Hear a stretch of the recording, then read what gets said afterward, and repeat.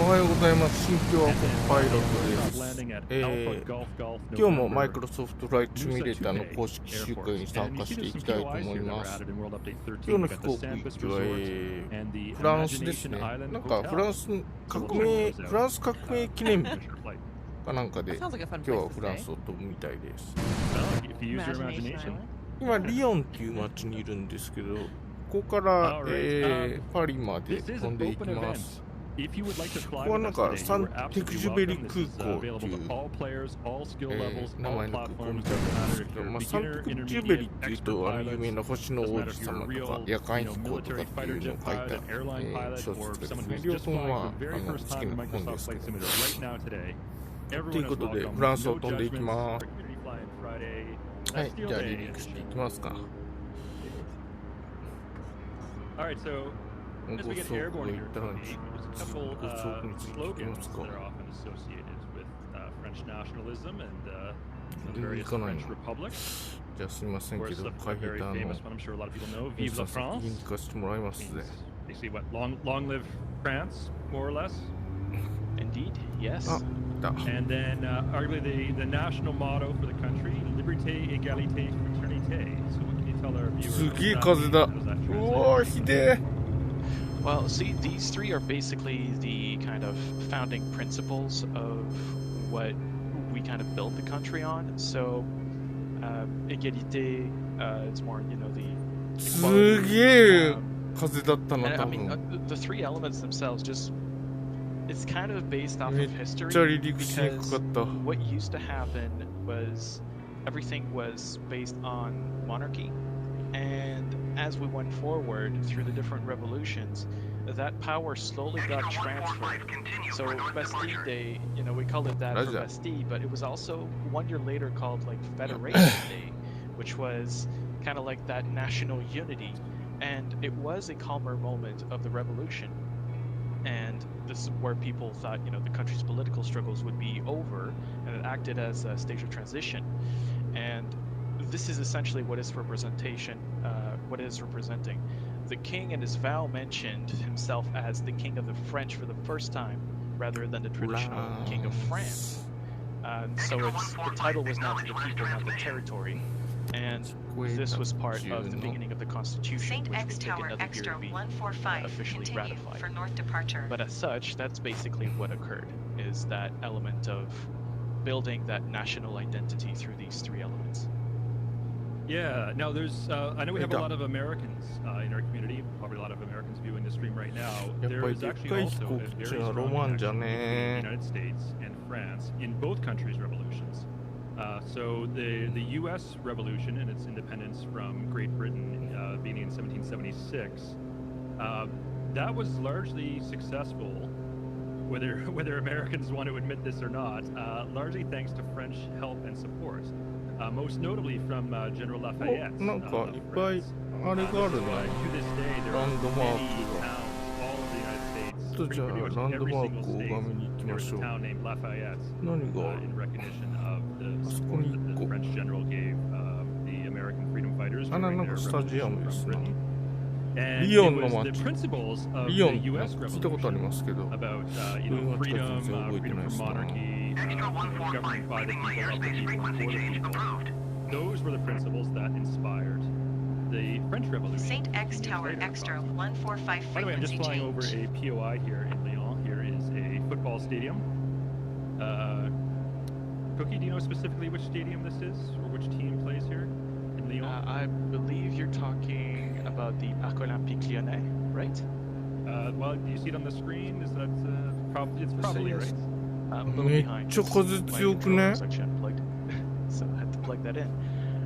But yes, that's one of the stadiums actually that has a lot to do. It opened in 2016, kind of a way to replace an older stadium.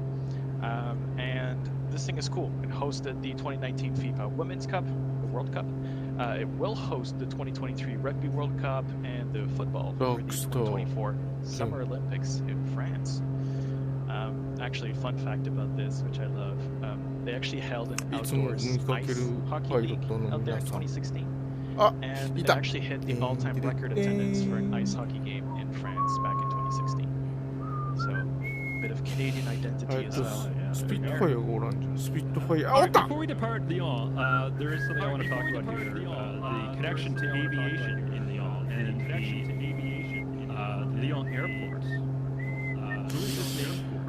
並んでるところが見えないかな、スピットファイアと BF109。Oh, we're getting some double audio. Cookies, it looks like you're broadcasting audio to the stream. You're broadcasting audio, so if you can mute that. So if you can mute that.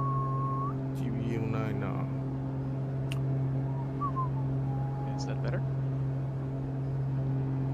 Okay, let's go back to Cookie's point of view. All right, check. 1, 2, 1, 2.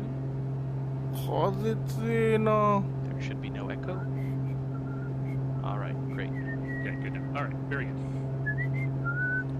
Yeah, so some of you in chat, Antoine de Saint-Exupéry, beloved French author and also aviator. Back in the 1920s and 1930s, he was charged with creating DC あ、DC6 airmail か。 routes. This was very new at the time. You know, we think of these things like delivering cargo by air. It's like that's super common. That happens all the time. But back, you know, in the early days of aviation, that was not quite so common. And France was the leading country developing reliable airmail service, including delivering mail overnight. And Antoine de Saint-Exupéry was a professional pilot, born here in Lyon, and he had several careers. He didn't live very long, by the way. He died in his 40s. We'll talk about that. In the 40 years that he was alive, he had multiple kind of different phases of his life. You know, being a pioneering aviator and then also a beloved author and poet. But he actually wrote several books about his experience as a sort of airmail pilot. Perhaps the most famous is Le Vol de Nuit, or in English, Night Flight. And that was about, it's fiction, but it's like semi-autobiographical fiction about the experience of setting up overnight mail service, airmail service in South America. In the days, there were no navies, there were no VORs, you know, even reliably lit airfields was something that didn't really exist at that time.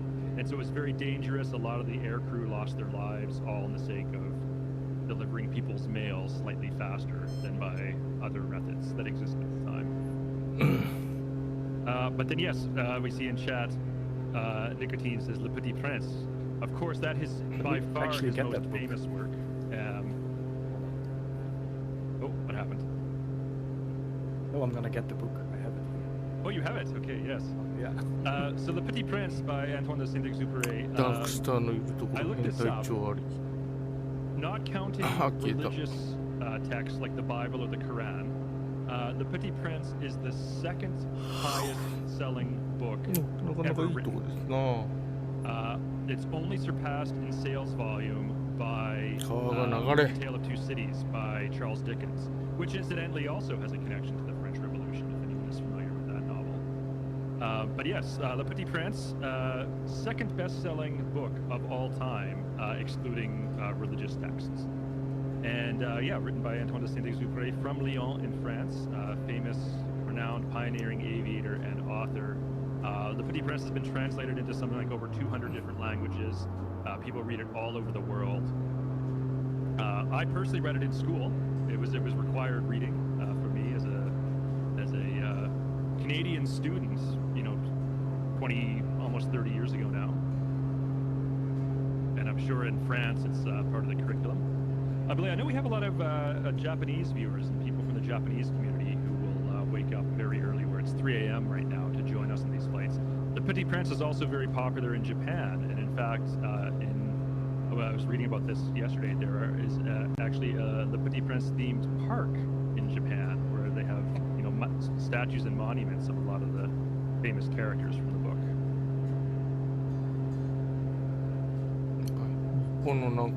Actually, I can confirm one thing though, is having done my schooling as well in Canada, yes, you do get to study as well still Le Petit Prince as part of the French curriculum. I think after grade 9 you don't need to take French, but then yeah, if you follow grade 10, 11 and 12, then you'll study that as well as Viclo and some other French authors. So Le Petit Prince was written in North America, in Canada and the United States. I'm not sure exactly which country, possibly a combination of the two. Antoine de Saint-Exupéry was in exile. This was during the Second World War, during Nazi Germany's occupation of France in the early 1940s. Saint-Exupéry fled to North America. He lived for a time in Canada, and he also lived for a time in the United States. And a lot of what he did, this is before the attack on Pearl Harbor, a lot of what he was doing was lobbying the U.S. government on behalf of France to get involved in the war effort and support the Western allies, Great Britain, France, etc., and to help liberate Europe from the grips of fascism.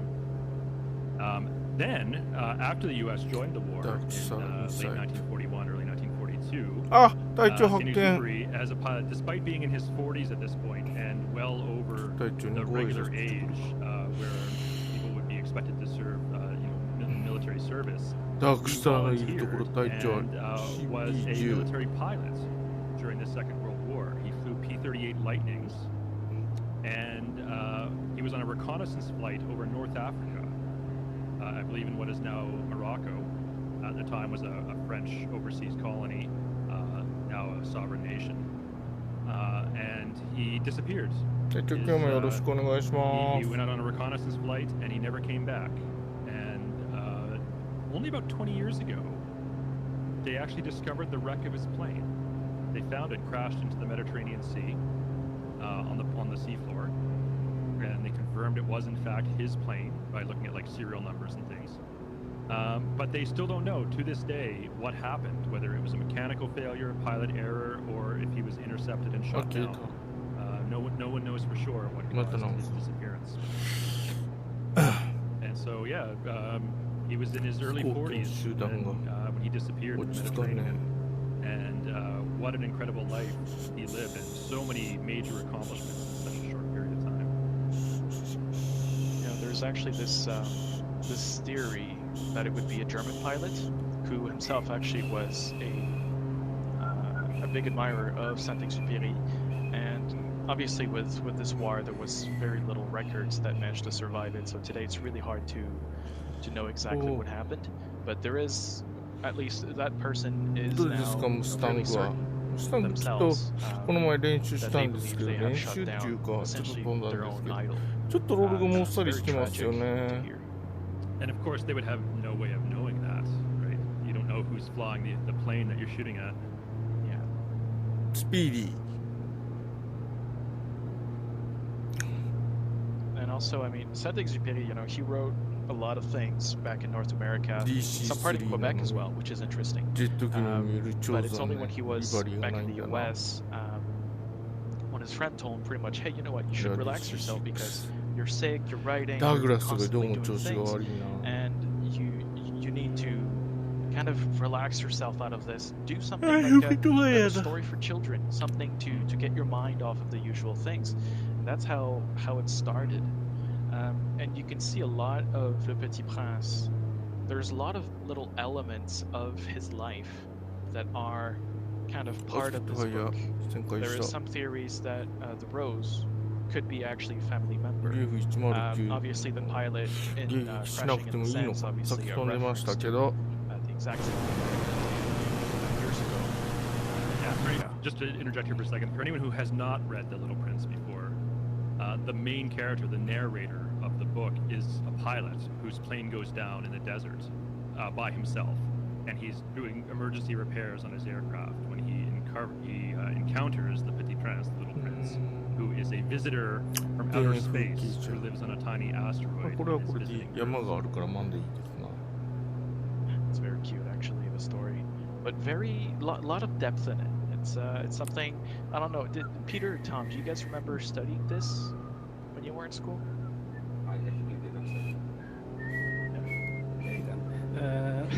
No, I don't think we specifically studied it. Okay.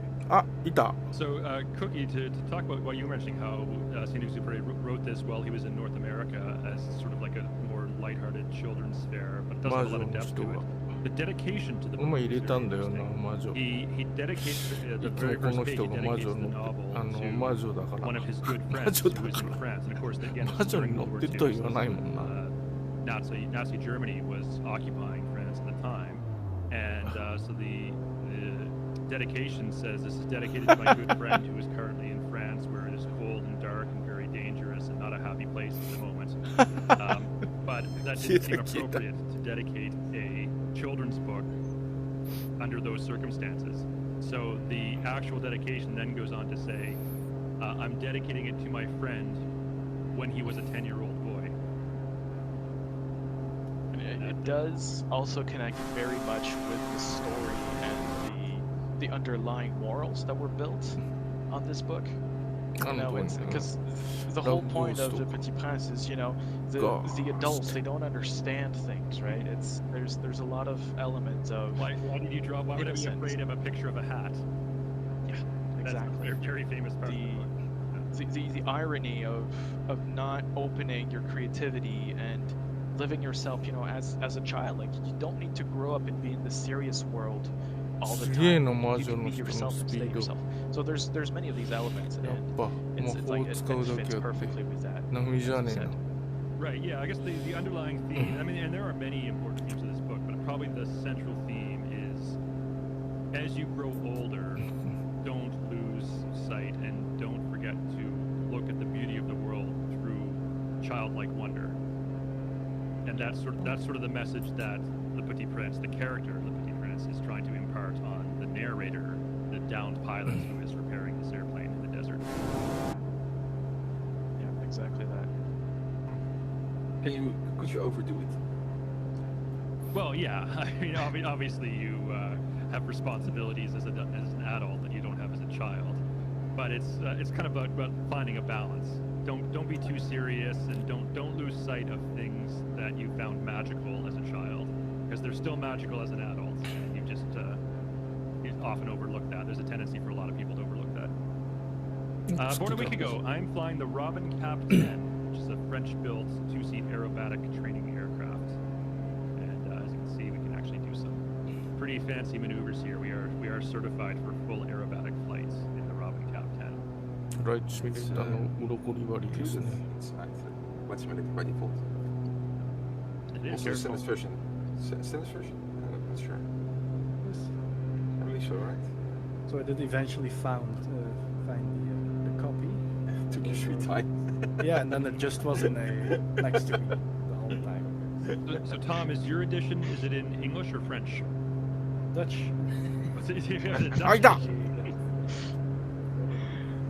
I mean, we got to remember that this was published in English and French. あれこの前もあの人だったかな。 This was legit.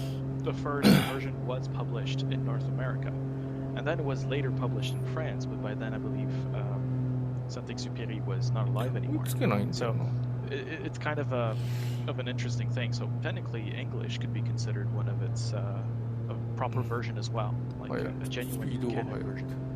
And then I found a book from my girlfriend about the movie that they made, the art behind it. Oh, that is a beautiful. I don't know if factual tell us, but I remember all. Yes.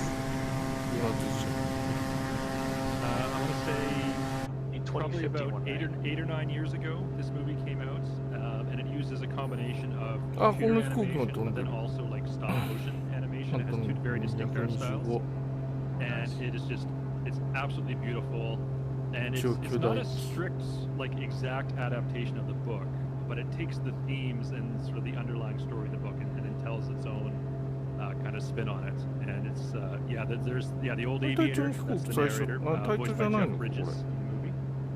The dude. And so the story of the movie is there is a little girl, and she's a school child, and she has an overbearing mother who is putting too much pressure on her to succeed in life, and basically robbing her of her childhood. And she lives next door to this old man, the old aviator, who then tells the little girl the story about how decades earlier he crashed in the desert and he encountered the little prince. And so he's relaying that story to this little girl who lives next door to him. Anyways, I think it might be on Netflix, depending on your country. It's probably on some kind of streaming service. If you haven't seen it, on Netflix. Yeah. Yeah, if you haven't seen it, I do highly recommend everyone watch that film. It's got, and if you're still Ricky hesitating, Gervais does one of the voices. Yes, it's got a pretty good cast. Anyways. Well, even for the music, Hans Zimmer did the music for this. Hans Zimmer? Just some little. Doesn't ring a bell. Yeah, he did a couple movies and then. Really? Right. Never heard of it. Yeah. The title is The Little Prince, or in French, Le Petit Prince. Yep, 2015. Yeah, and for me, it's unavailable on Netflix.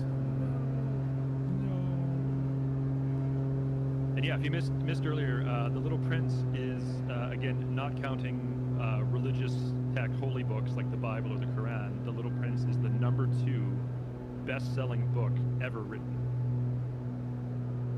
So in about 80 years, it's set that sales record. The only book to sell more copies is A Tale of Two Cities by Charles Dickens.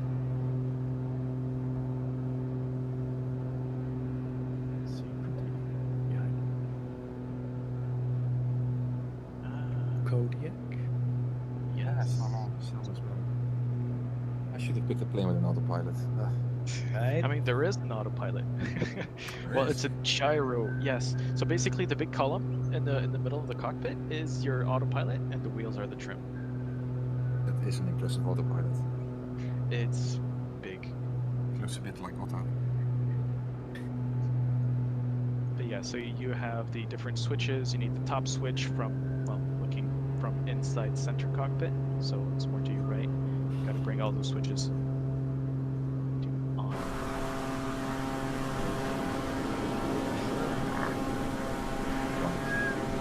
So it's not these switches.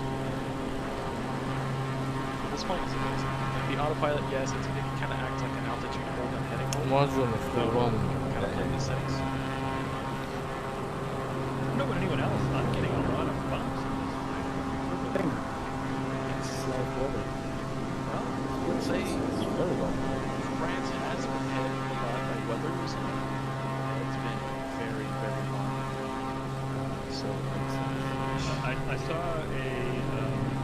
not a France, but nearby Spain. And it looks crazy, the heat wave happening in Spain right now. I think yesterday or the day before they measured a ground temperature of 64 in some spots. yeah, you're Celsius? cooking. Yes. Yeah. Oh my god, that is insane. Literally, Like that, that's that kind of ground, so temperature that's- will actually burn your skin if you touch it. Yes. Yes. well, now we know the true purpose of la siesta.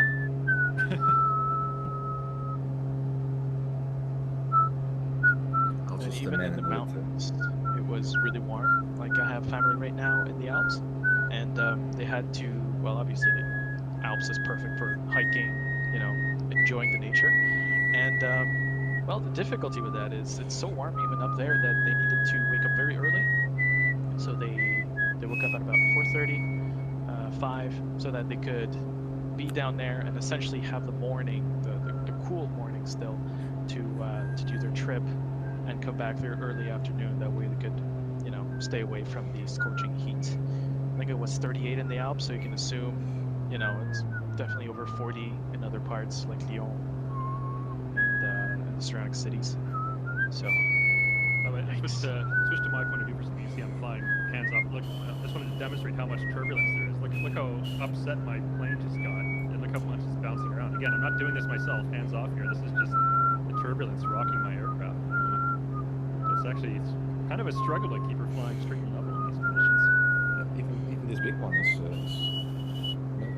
thrown out pretty bad. That's an autopilot. Yeah, I'm hand flying today. I wanted to fly the Robin Cap 10 since it's a French aircraft, but it does not have an autopilot. In the Netherlands, it was actually pretty calm today. We had a bit of cloud, a bit of overcast, not much wind. It was fine. But here it's pretty extreme. Same with the temperatures actually, right? It's fine. Because how are the temperatures in Belgium? The temperatures in Belgium, Tom?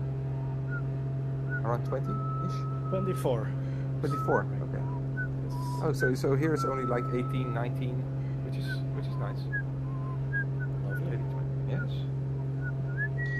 Well, at least we can't deny climate change. It's just like France, Spain, it's just boiling, and you guys are still calm. Enjoy it while you can, because yes. Well, I mean, they said that 2023 is already record-breaking for worldwide temperatures, right? And 2024 will be even worse. yeah. It's actually turn off autopilot. No flying to the ground.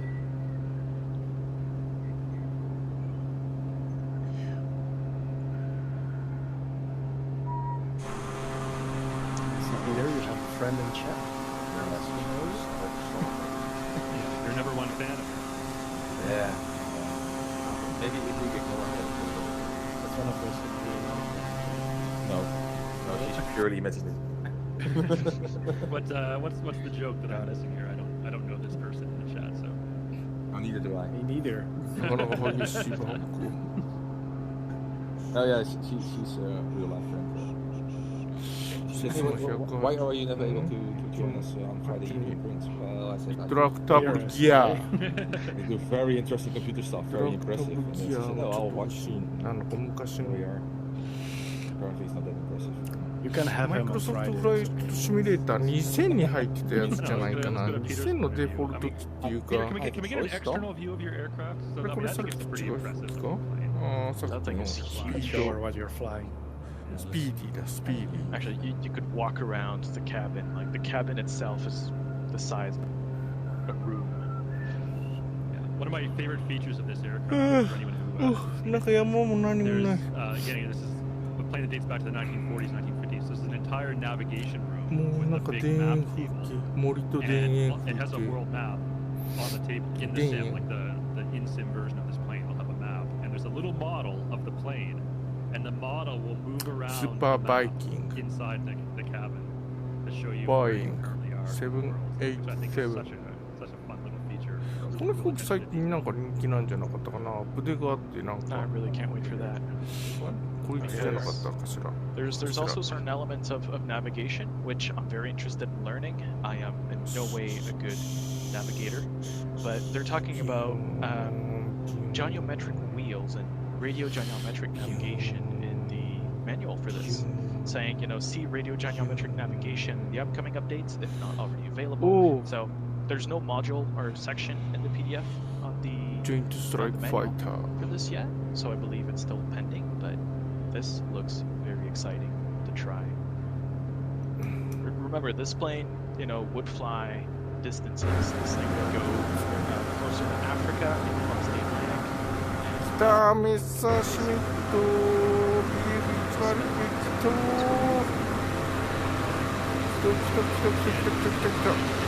来たで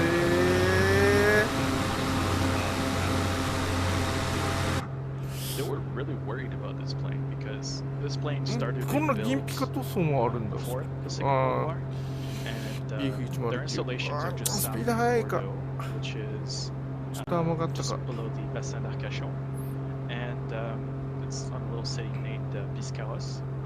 And the issue is obviously the Germans reached the spot, and so they had to dismantle a huge section of the plane and move it elsewhere. And once the war was over, essentially the Germans had this policy of break everything, burn anything that you can, and leave. So they were left with basically only a couple of hangars left. Everything else was completely broken. And they rebuilt everything, and then they rebuilt the plane and continued with this plane for many years. I believe 10 or 12 different models were made. Each were unique. And major props to the devs for this one, because the plane is simply 銀ピカだ magnificent. Interesting bit of historical trivia to build on what you were talking about there, Cookie.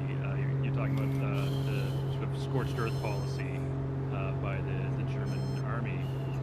When the Western Allies were on the verge of liberating Paris, Hitler himself gave the order that the occupying German forces should sack Paris and burn it to the ground.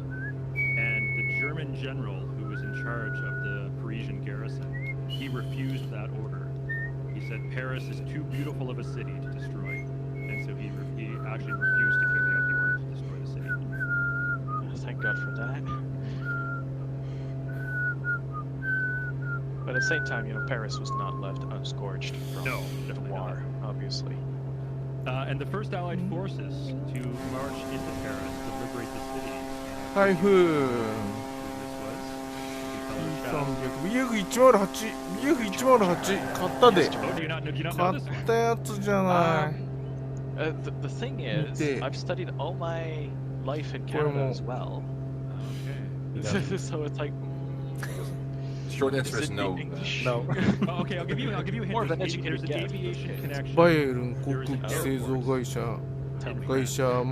購入祭りで買ったやつですよ BF109 と一緒にでも早い追いつかない Aviation connection. You're just making me draw a blank here. Yeah, Chad has got it. Wayland Utah. Oh, that's what I thought.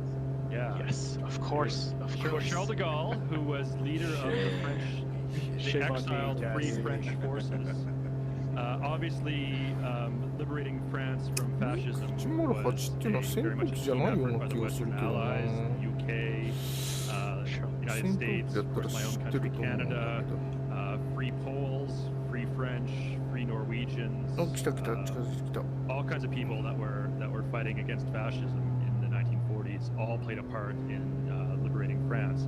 But to march on the capital city and to liberate Paris itself, General de Gaulle insisted that it was French forces that received the honor to be the first to march into France and liberate the city. 尾翼がなんか And it was de Gaulle BF109 に出ますな himself was actually at the head of that column of French forces that recaptured Paris for the French. じゃあ空冷なのかな液冷なのか空冷なのかちょっとよくわかんないけどなるほどなかなかいい飛行機じゃないやありませんかActually, we're about to enter the Parc Naturel Régional du Morvan, which is a huge national park in this region, which is, honestly, we're kind of in the middle of nowhere. There's no real city around here. We have Dijon to our right, a very historic city, and Bourges, further up, we'll have Orléans, which also よかっ has た a huge 買 history. った飛行機が見れてまだ一回も見れてないのが Really 何機か interesting ある spot ん you だよ want to な be in if you enjoy nature, because this is one of the few spots where you're far away まあでっ from かいのもいいね cities なか and な light か pollution. 買った甲斐 You があ can る actually ね enjoy やっぱ大きい飛行機はいいっすよ uh, 乗りたいとは思わないけ of ど stars in the sky. 見てると楽 You しい can see the whole Milky Way, and there's a lot of astronomical observations done in this natural park. Inco Demic asked, any good wine regions around here? I'm thirsty. I mean, isn't the entirety of France is a good wine region? Yes, you can go anywhere, you'll be fine. Maybe not Normandy. Right. Normandy is more known for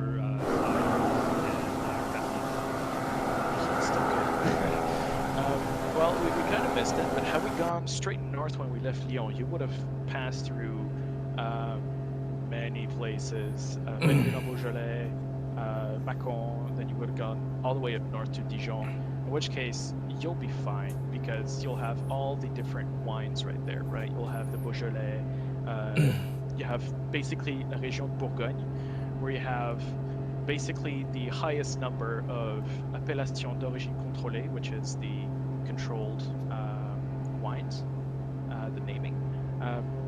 This is the hotspot for the highest numbers of these protections than any other French regions. You basically have all the different types of wines there. It's massive. Beaujolais, Bourgogne, there's everything. And actually, if you want to do, there's a whole road of wines that you can do. And I see it's already set in chat by Captain Torrance right there. And yes, you can go all the way up to Reims and celebrate with champagne. And you better have a designated driver if you do this, but you can follow that road of wines and enjoy a massive amount of a variety in such a little stretch of road. It's really insane.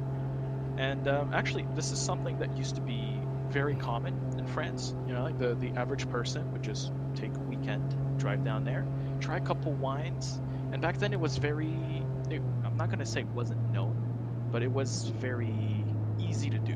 You know, you would just meet the people, you know, they would just open up a couple of bottles, try things, and you would come out with a couple of bottles, or usually even more, a couple of cartons full of bottles. And that used to be a very, you know, direct, more intimate relationship with the producer. Now it is much more known and obviously a lot more popular, and so it has become a little more less artistic and a little more, you know, like attraction style. So it is still something to do. It's still great. It's much more organized now, and you can do so, but it's not what it used to be in that very traditional and simple way of doing things. It's still very neat. So if you ever get a chance, just enjoy that. It's so worth it.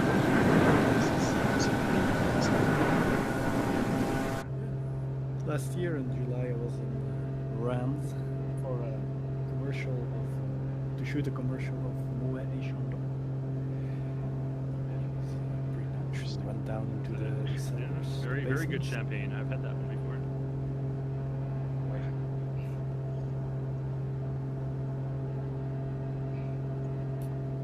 It was an American crew that did the ground part, and the second shooting day, well, I'd say they had a lot of fun. I mean, yeah, you could just drive a little south and you got some really good champagnes there. And again, very, very protected. Joint Strike Fighter. We're talking, you know, 三軍 certain 統合戦闘 places, 機 if you're 5 meters ライ off, トニ you're ング not 2 in that territory. You can't be called champagne. You know, it's very restricted and limited. But that's what makes the quality and the status of champagne. It's exactly that. Well, you've reminded me of something else, Cookie, talking about like French people going on road trips to try これはあれか food and drink. I think we may have talked about this どこだろう before in the stream, but maybe not in quite some time. Where A do lot of you people, I'm have sure, are familiar with the Michelin Guide and how, you know, if you ever わかん watch ねえなあの shows on television or movies about 丸 other が restaurants that 重な get っ a た Michelin やつ star は色が or つい 2てて Michelin もわかん stars ねえ or けど the very 色がつい cream て of な the かったら cream, 余計 3 わかん Michelin ね stars. These are the best restaurants in the entire world. They're evaluated on very, very strict criteria, and they're looking only at the quality of the food. Interestingly enough, not the overall dining experience. So obviously, you would think, you know, if you're going out to spend hundreds of dollars on a meal, you'd think things like service and ambiance, and if there's live music being played, like a string quartet or something in the restaurant, all those would factor in. But no, the Michelin Guide only rates restaurants solely on the quality of the food.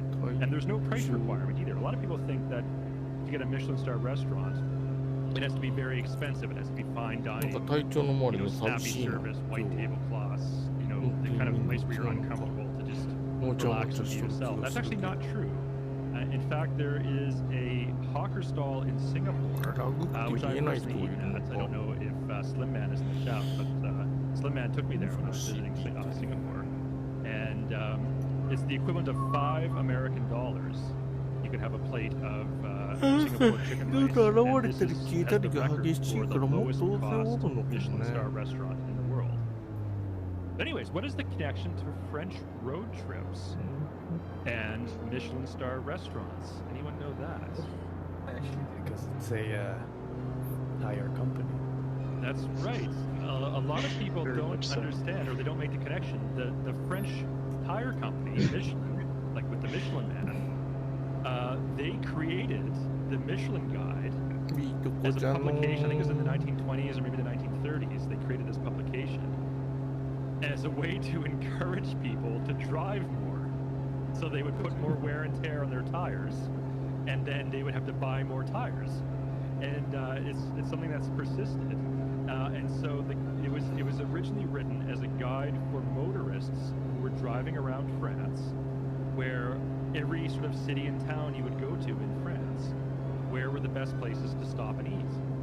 And then over many decades, it expanded to other countries, not just France anymore. fact, I see a comment from Godemic in chat here that says Japan has more restaurants with stars than anywhere else. That is correct. As of a few years ago, Japan has the most Michelin star restaurants of any country in the world. よかったですね、ライバルの BF109 が来て。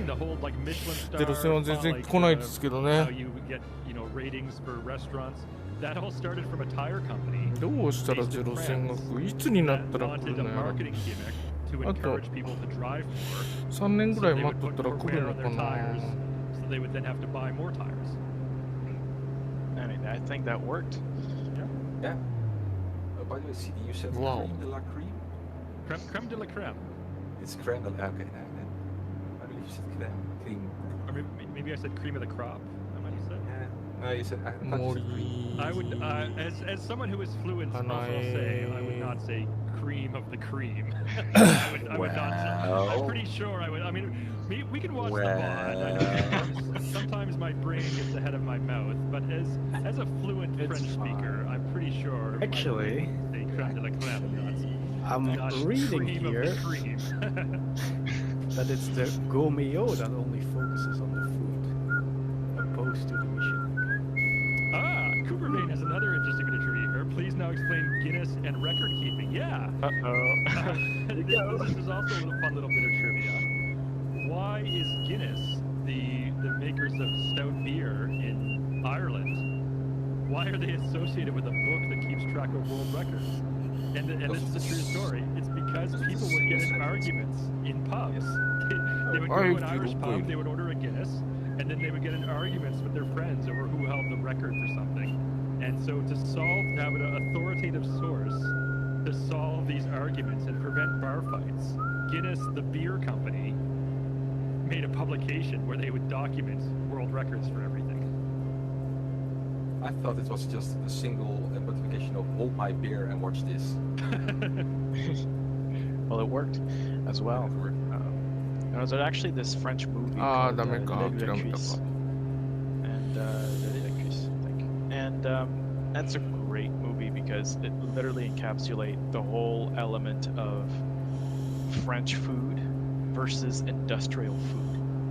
It's done through the CEO of a company that writes its own guide, Le Guide du Chemin, which is it's a hilarious comedy. And well, if you know French and you want to enjoy some French culture, this is a truly top-notch movie. It really highlights kind of that mix where like supermarkets and things became more industrialized, and everything became more you go to the big supermarket, everything's packaged in plastic, and it was kind of like this transition era, and it happened same with fast food versus restaurants. It doesn't have to be fine dining restaurants, it could be just on the side of the road you got this thing, and oh my god, it really encapsulates all of this really well, so definitely worth a watch. Yeah, there's a couple of great movies about Michelin star restaurants and like the quests and the singular-minded drivenness that some chefs have to achieve either their first Michelin star, which is a very big deal, or if they have a star already to get 2 stars and then ultimately 3 stars. And maintain those stars. And then maintain them. Yeah. Of course, very famously, there's the Disney Pixar film Ratatouille that is about French dining culture. Yes, movie with Louis de Funès and Coluche, indeed. Also true story. I read about this. There's about a year or two. There was a very world-renowned chef. I think might have had 3 stars, 3 Michelin stars, and he actually wrote to the Michelin company and requested that he be removed from the guide. His restaurant be removed from the guide, and he didn't, even though he was, he achieved that pinnacle of success and got the 3 stars that every chef dreams of. He said it was creating unrealistic expectations for his customers, and it was basically destroying his motivation and why he wanted to make good food and delicious meals for his customers and his guests. And it put too much pressure on him and his staff, and so he voluntarily removed himself from the Michelin Guide despite having 3 stars. So that was an interesting story too. I can fully understand that, actually. Well, you do attract a certain crowd. VGB when の you や get つも that. 確か買ったやつなんだよ It's な。 standard, just and you ビ have ーチ to クラフト perform の飛行 every 機じゃ single ないか night. な。 yeah. It's so stressful, so high cost. So I just give them reasonably good food in a healthy environment. Be done with it. I can fully feel his sentiments why he would do that. People in chat are saying you sound like a robot, Peter. Maybe he is. Maybe I guess. Yes, AI. Okay, This is not actually Peter. what about now? Is it on just Oh, Peter? 頭の上にある Peter's の多分アンテナだと You 思 could be うん doing ですけど、 for AI. Where's my ちょっと microphone? My 昔の microphone is up here. 新幹線光号 It's just Peter, that's weird. Is that になんか似てて better now or not? 親近感が湧きますね。 Restart some stuff. For us he sounds fine. Goblin Zeus Sounds says like another Peter. movie on French cooking is La Cuisine au Beurre with Yes. and well, Which, that, like, all that the actually actors. brings up an interesting point. This is a maxim that I'm not a good cook, but for people who are passionate about cooking and preparing delicious meals, I do know this one bit of advice. How can you tell the difference between a professional chef and a good amateur cook? I don't know how. Yeah, Hex just got it. More butter. Yeah. A professional chef will use like double or triple the butter of a good amateur cook. May not be the 総 healthiest 発 thing, の but 飛行機ですね。 it certainly tastes so much better. And yes, we do have a touch and go coming ち up. ゃんと見えてるの Yeah, か、 and 本 we're 当に just 飛行機さん passing 見えてるのかどうか a わからない。 UNESCO monument as well. Excuse me? I knew that. I missed that. Oh, is it Lima Foxtrot? あ、持ってないと思うんだよな。スーパーバイキングで出てる。なんなんだ Okay. We'll be fine. スーパーバイキングなんだろう So け yeah, ど that's けれども that's my one bit of as someone who is an awful cook. That's my one すぐ bit of 口がふにゃふにゃ culinary になっ advice ちゃ to うね、 anyone おじい watching ちゃ the んだから。 stream. If you're cooking something, you can never go wrong by adding more butter. まあまあ多分全然 Well, ちゃんと health は言ってないでしょうな。 There's no such thing as too much butter.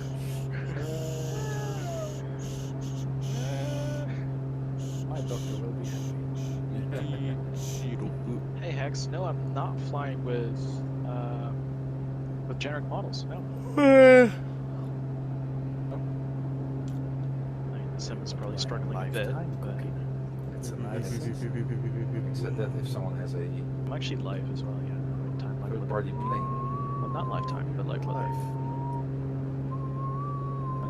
Wow, this turbulence is killer today. Hey, it's better if you Not fly much upside time, down. but- Have fun. is it? Let me try. I mean, that's what I'm doing the whole time. It's fun. Well, I saw Trim the 7.3 back. earlier doing that. Also real time.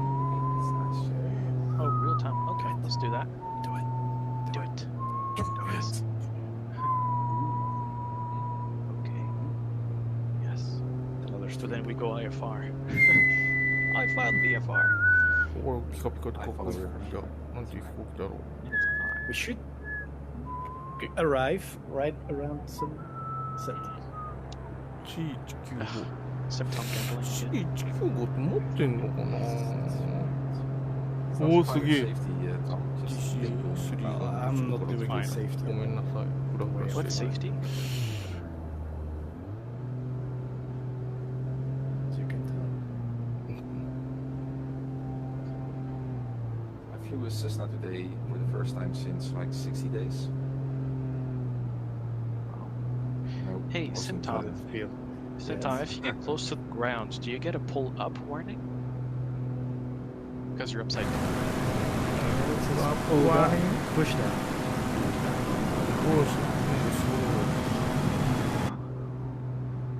う。 Good question there. This, that's right. Peter is, or sorry, Tom is forgetting that the idea is to keep the blue side up and the brown side down on the indicator.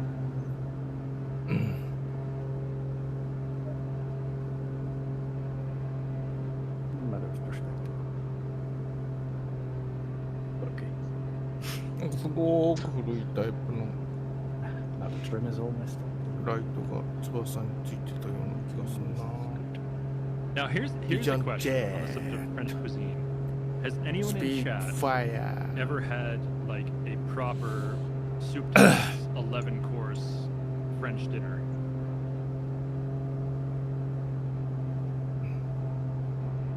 That you would eat like over a period of 4 hours. 4 hours? Well, I've had dinners that lasted 4 hours, but they weren't necessarily French cuisine. I mean, in a restaurant, that would be expensive, but very tasteful, I assume. Pingo says, no, but I've hosted them in my work. Yeah, so the idea with like, fancy multi-course French, classic French cuisine dinner is that you get like 11 courses or 14 courses or some ridiculous amount, but each individual course is really small. It's only like 3 or 4 bites. And so you get to try a very large variety of many different foods, all expertly prepared. And sometimes, depending on the restaurant, they will do, the sommelier will do a matching wine pairing with each course that's paired to enhance the flavor of the food and the wine. They complement each other. That can be dangerous though, because like you have 11 courses of food, you get 11 glasses of wine. No, that's the whole point, CD. That's the whole point. Enjoy more wine. Though there is a lot of tradition. Cookie or a chocolatine. Oh, Tom. Oh, we're about to start a furious war in chat amongst our French citizens. We're talking about food to begin with, and then there it goes already in chat. Say that once again, Tom. What are you talking about here? Well, do I just say the 2 words again, or? Yes. Yeah. Okay, Cookie, were you eating a pan au chocolat or chocolatine? This is the most dangerous answer of my life. We have one. Actually, CD, could you do a poll to figure out? Because there's probably some French in there, and I mean it's something probably people have tasted before. I want to see how these guys answer it. For me though, if Inquest is watching right now, are you able to create a Twitch poll on whether you would say chocolatine or pain au chocolat? Nicotine70 says civil war. Yes, this is not a joke. This is very serious business. Space.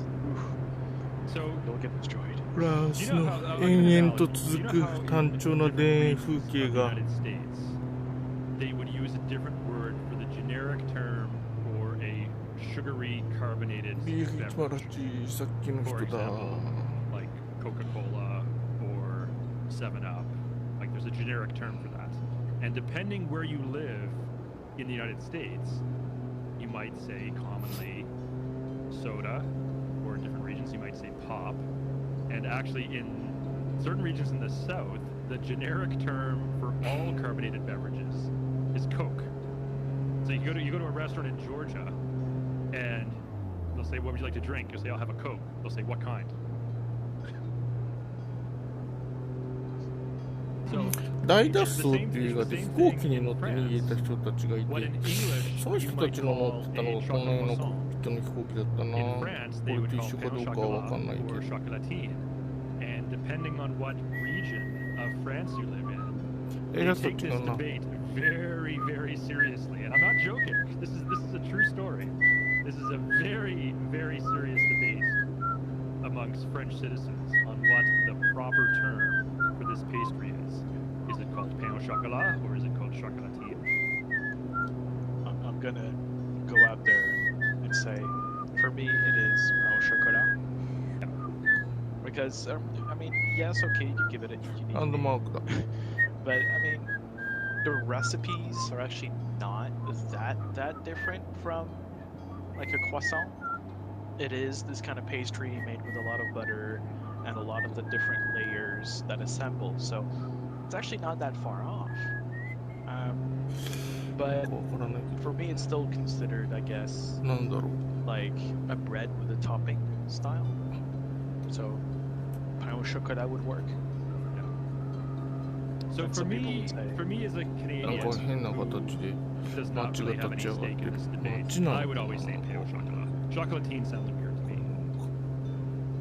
By the way, this is in my country, of course, there's a very large French-speaking group in Canada, particularly in Quebec, but in other provinces やっぱ近くに来ると They often try to protect the French language in ランドマーク Canada, の旗が and 消えるようにな they っ will たの take かな words like English words, originally English words, and they will create a French version of those words, and they would try to get them to catch on.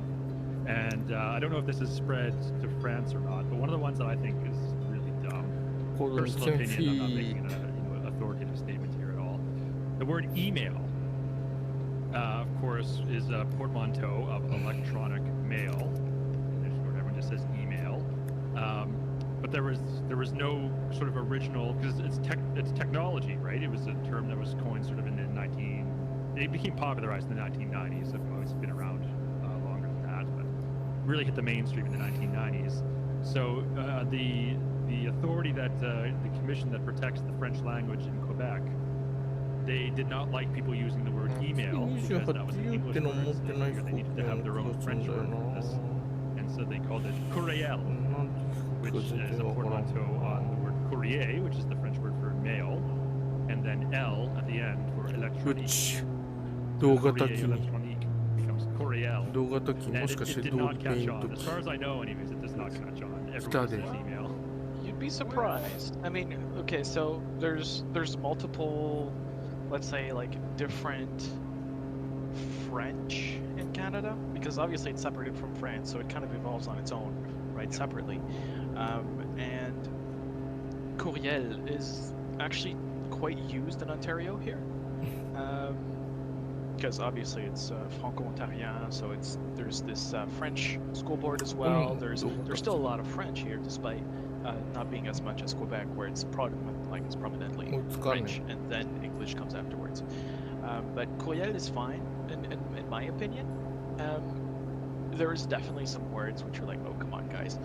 あ、これとそうも一緒だね That's just the evolution of language, and じゃあ双 remember, 子じゃい French also embedded itself heavily into English back with Guillaume le Conquérant and William the Great, and basically, in the late 1200s, early 1300s, we kind of mixed again languages. So for me, it's like whatever works will work, but it's really cool to see those different kind of languages kind of mingle and build over time.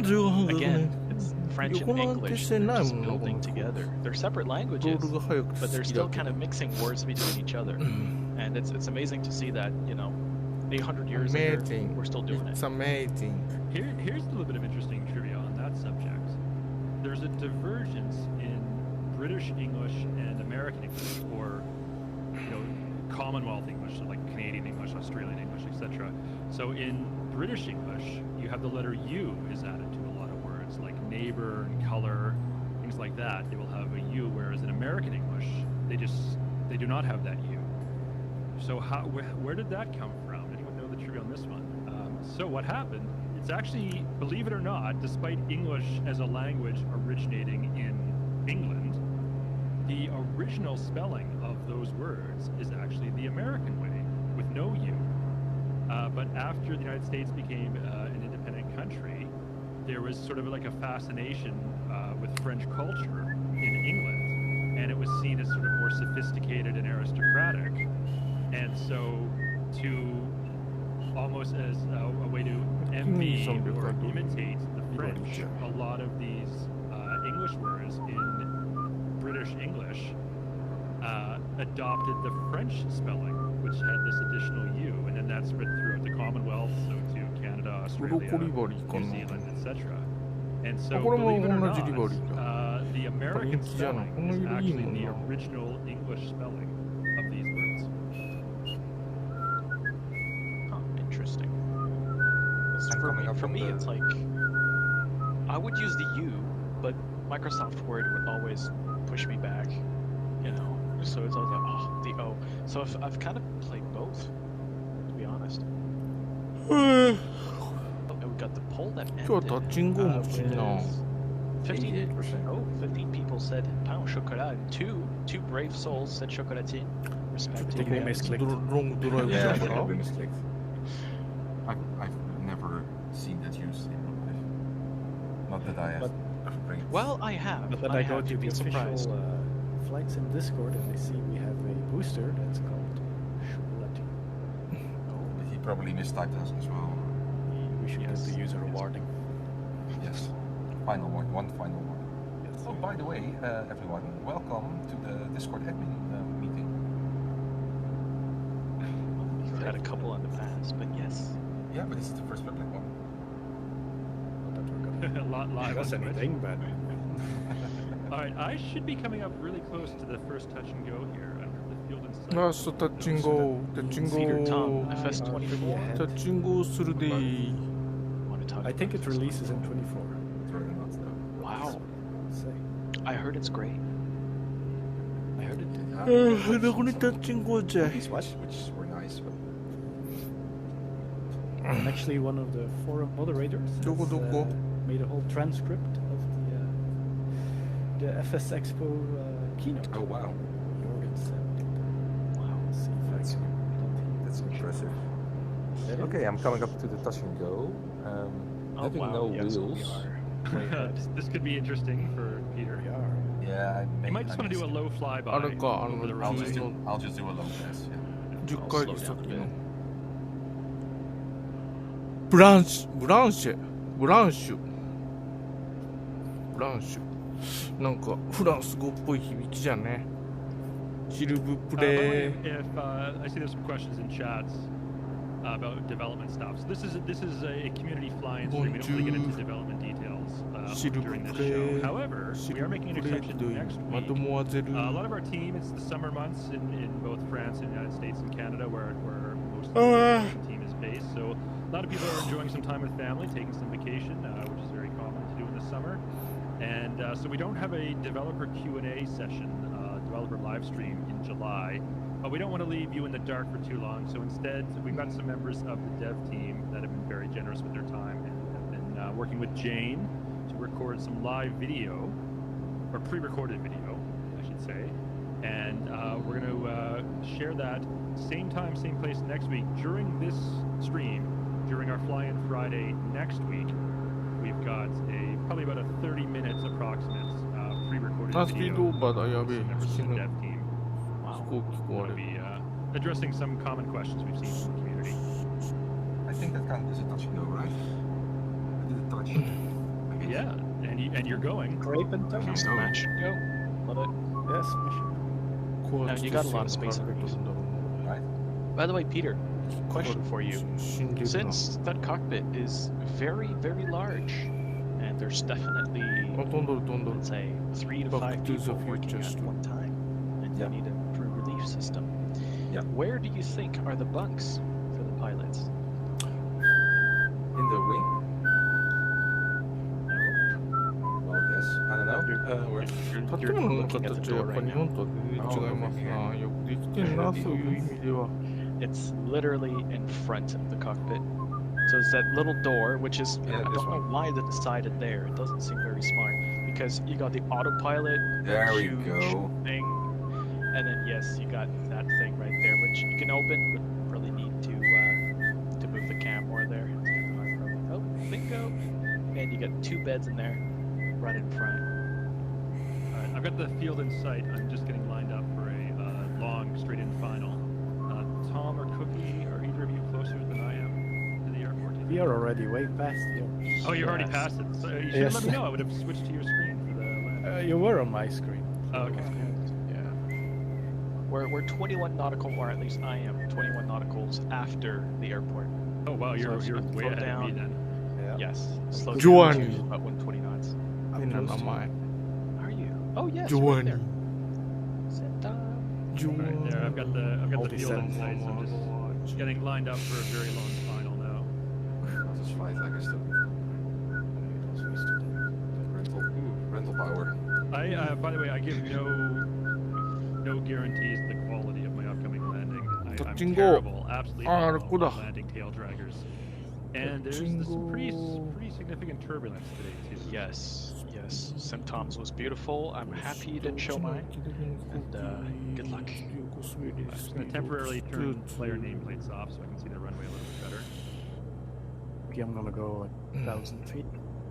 Oh, look how much my plane is rocking there. で I don't know if スピ that's ード coming across in the stream, but I'm really having to fight to もうなんかすげえ風強か nose ったよ just な dipped down there too. Just come to tell you good luck. This We're all turbulence counting on is you. real. Counting on you. We're all counting on you. I just want to tell you good luck. We're all counting. I'll slow down a bit, Cookie. Yep. What are you cruising at? Well, about 1300. Trying to slow down to about 120. Apologies to the airliners, probably full flaps right now, trying to just stay at 140. Well. So I just looked at my airspeed indicator and it was like 250, and I was like, oh my god, I'm going so fast. Then I realized that on this plane it's in kilometers an hour and not knots. And I was like, Yes. okay, that makes a lot more sense. I Well, thought I was coming in way too fast. Same for your plane. Alright, here we go. Jetty, wind shear, wind shear. すんげえ高くなっちゃう。 Oh, my God, down look at there it, again, I'm wow. terrible at landing tail draggers. 大事故じゃ But, ん。 you know, we're on the ground. 大惨事じゃん。うわーぶつかるぶつかるぶつか It's る。 always difficult to know when you have to press the button. because 大 it's 惨事じゃん。なぜ一旦止まったかというと、今日は陸地で燃料補給。 Rotate. Positive rates. 左右のタンクがもうだいぶなくなってきたからね。 Put the player nameplates back on now. All right, we're going to turn northwesterly heading now and head towards Paris. 再び Light City. 陸体制に入 Actually, るかや funny。thing about Light City, どんどこどんどこどん and ど I こど can't こどこ really どんどこどん confirm ど that こ because ど I んど didn't こ get どん much どこ time どんどこ to actually dig into this claim, but I've seen a claim that this was not because the city had a lot of illumination, but also because of the people that were there, most notably inventors, scientists, politicians, and such.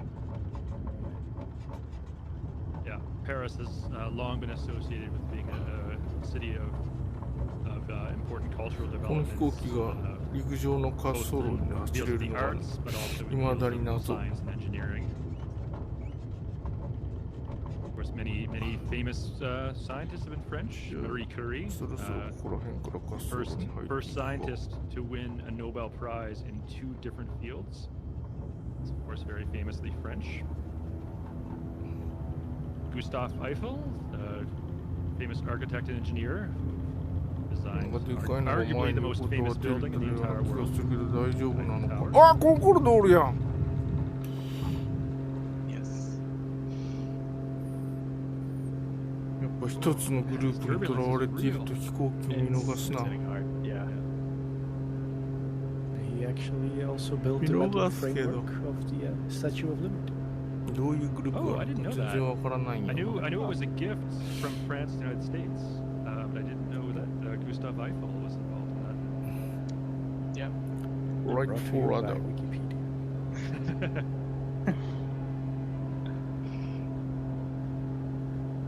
The lady to meet them all.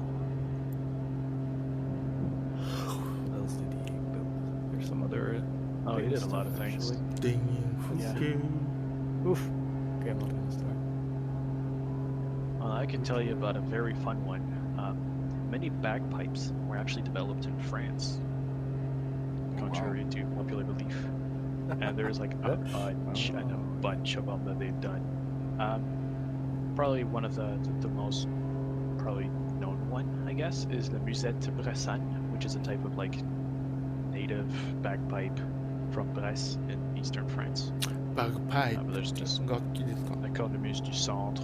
Basically, every region had its own bagpipe, which is really not something you think of when you say France, but it is part of culture. Captain Connor says, fun fact, did you know it's illegal to make a nighttime picture of the Eiffel Tower and sell that image or use it in any commercial way? I did not know that. That's very interesting trivia, though. Same here in Belgium. The Atomium. It's a protected monument.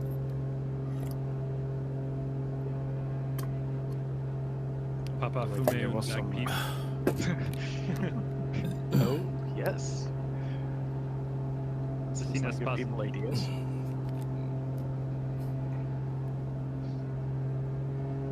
I I know we're going to get to Paris. And when we get to Paris, we're going to want to talk about so many things, because Paris is very dense in terms of heritage.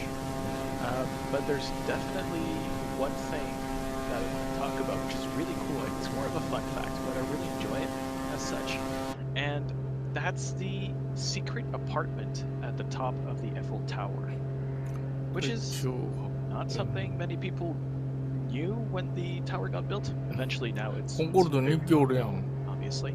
But this was a really neat thing that existed, that was made by Eiffel himself on purpose. I was like, I'm going to build my little apartment at the top, which is above the last balcony, the last visitation observation balcony, which is all the way at the top. And it was kind of a private area where Eiffel would have guests. He was offered huge sums of money to rent or to, allow people to visit or enjoy the space. And interestingly enough, he never really wanted this. Many believe it was because, he already had the money and he didn't need anything more.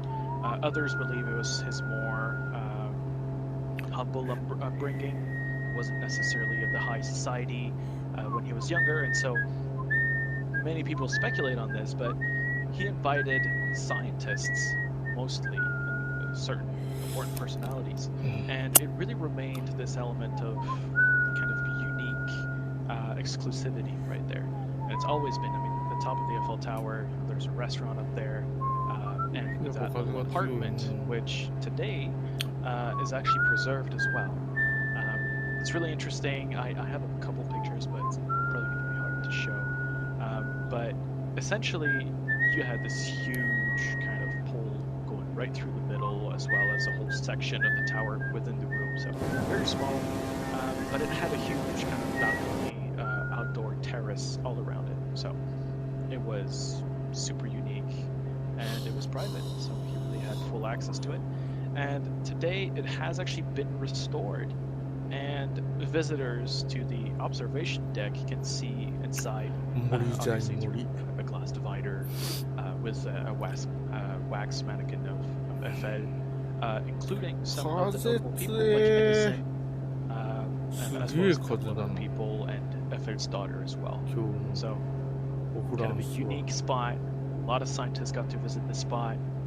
Some great people also, the French Exposition Universelle, which obviously meant this space must have seen a lot of great scientists from the early 1900s.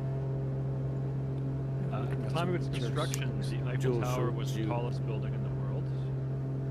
It's now, I don't even think it's in the top 50 anymore, but certainly when it was built, it was very groundbreaking, pioneering, influential. The previous record holder before the Eiffel Tower was the Great Pyramid of Giza. So we went like... they had a long record too. Yeah, almost 5,000 years that structure held the record, and then it was overtaken by the Eiffel Tower about 100 years ago. When it was originally built, the Eiffel Tower is, the single most iconic building in all of France, probably the most famous building in the entire world. When it was built, Parisians hated it. They thought it was an ugly eyesore, and there were petitions from notable French intellectuals, artists, people of important stature in French culture, were leading petitions to have the Eiffel Tower banned and dismantled because they thought it ruined the beautiful, picturesque skyline of Paris. And now it's the most iconic building, probably in the entire world, and certainly the most iconic building in France. I get it. It's a big piece of metal, and back then it wasn't something people were very fond of.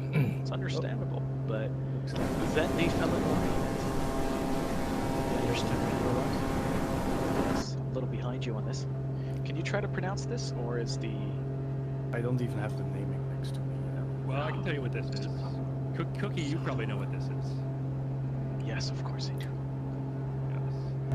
Yes. If you're from Kentucky, in the United States, you would pronounce this very differently than if you're from France. I don't know about that, actually. There's a town in Kentucky that shares a name with this location. Oh, interesting. Okay, But they pronounce it very differently. How about we try with that pronunciation first, and then we'll go with the proper one. I'm so curious. Sorry, I want to know. So in Kentucky, there is a town called Versailles. Oh no! And that is the correct regional pronunciation. And if you go to Kentucky and if you were to visit that town, actually I'm not sure. I might be getting the wrong landmark. Yes, because right now we're at the Chateau de Fontainebleau. This is a different chateau. My mistake. Yeah. Used to be about 40 kilometers off of Paris. Still is, but Paris is expanding. So is it still? I saw opulent gardens and beautiful grounds. Yes. So I assumed it was the other place where the passing over that looks quite like this, but no, this is a different one. Fair assumption, though. There's a lot of beautiful castles in France, specifically Chateau de la Loire. But this is the... how would you say it? It's the little residence outside of Paris, you know, the little relaxing place where kings would go to kind of escape Paris, their duties. You know, this was considered the, you know, today's hunting cabin, which I don't know if would really be considered a cabin, but regardless, beautiful and huge. This whole area used to be actually bigger than Paris itself. Once upon a time. Now it is not, but it's still wonderful. It is one of those places where a lot of kings has visited. A lot of architecture was built here, and just a lot of innovation as well. Just in general, this is probably one of the places where a lot of kings spent their summers and kind of, you know, moments of rest around here. Not far from Paris, and obviously very comfortable. If you ever get a chance though to visit, this is one of the spots maybe less visited compared to like Versailles or other places, and still you're getting a lot for your day, so worth a shot. So on the subject of Versailles, we'll be heading there as well. So yeah, as I was kind of alluding to, there is a town in the United States, in the Commonwealth of Kentucky. There is a town called Versailles, which is named after the location in France, Versailles. But if you go to that town in Kentucky and you say Versailles, the local people will look at you like you're from the moon. They would not pronounce it that way at all. I mean, let's be honest, North America is filled with names from Europe and around the world.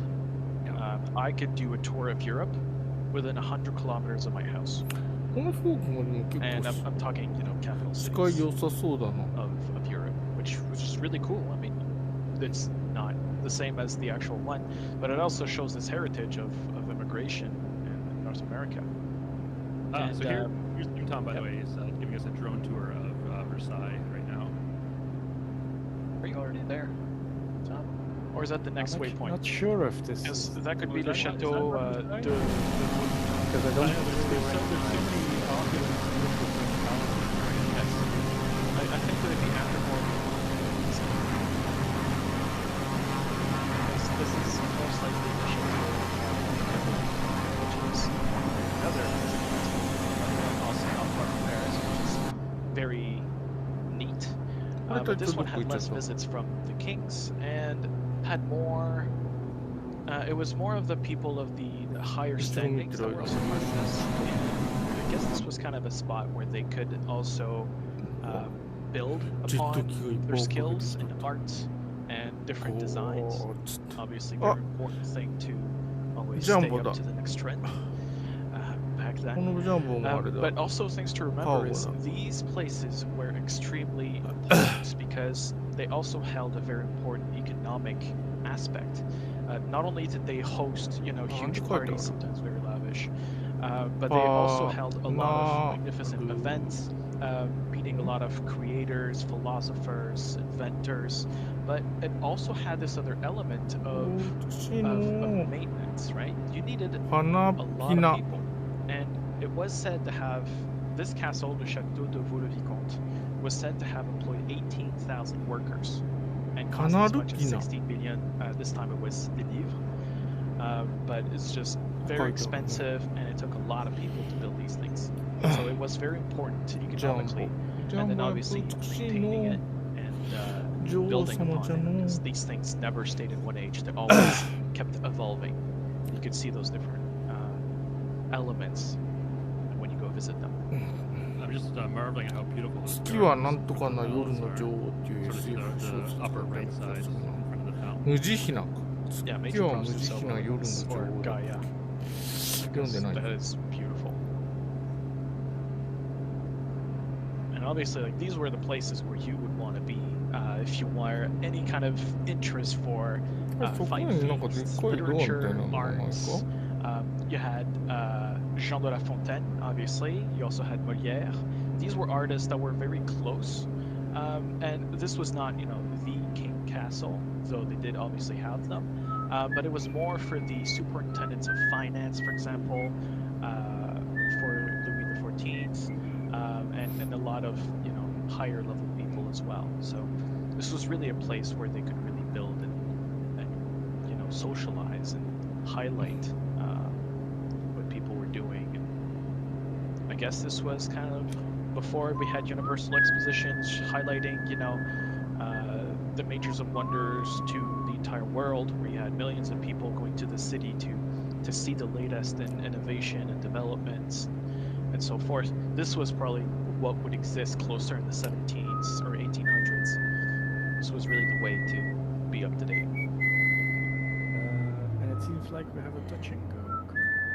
Yes, Orly. Yeah, one of the major Paris airports. Which is... And then the waypoints go less wild. passenger. Well, it is passenger, but less international, I would say. I believe this is correct. Cookie, correct me if I got this wrong. Orly was sort of the first of Paris's three big airports. Is that right, historically? I believe so. I think Le Bourget was second, and de Gaulle was third. What I can confirm is that Orly is definitely one that is unfortunately kind of relegated to the sides, and I believe, yes, it's also kind of stuck now with its very limited spots. Everything's built around it, so it cannot expand.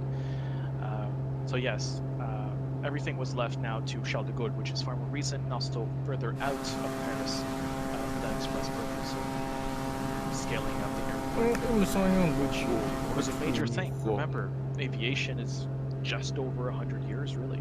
Yeah. Look what's starting to appear in the distance. Oh, yeah, look at that.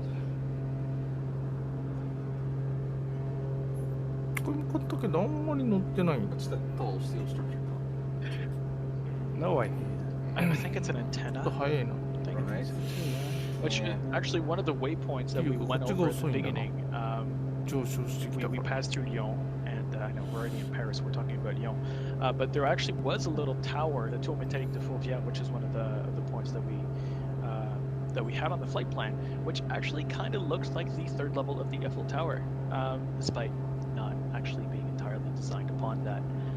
And that was a tower used for sightseeing for Lyon, but it actually ended up becoming a TV and radio antenna tower starting in the 50s.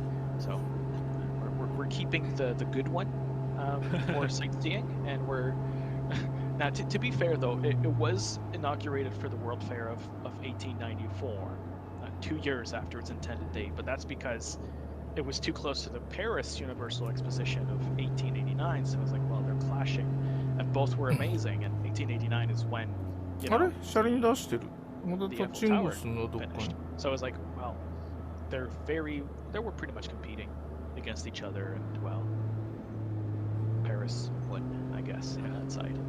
And now it's like it's closed, you can't even go up there, and it's basically full of 3G, 4G, 5G, TV, radio antennas. It's not really great, but still has that same style because it was built in the same materials, and it looks like the third level of the Eiffel Tower, so it's kind of cool. On that subject as well, in Japan, there's the Tokyo Tower, which is an exact replica of the Eiffel Tower. The only difference is its color. この人ここでタ To ッチング prevent を it するの from か。燃料 collisions がも with う air ないのかも traffic, な。 the Tokyo Tower is painted in alternating bands of white and international orange. So it's high visibility for safety because of the airspace over Tokyo. Otherwise, it's an exact replica of the Eiffel Tower. Tom, I'm sweating. That turn. Woo. It's fine. Fine. Learn it from the best.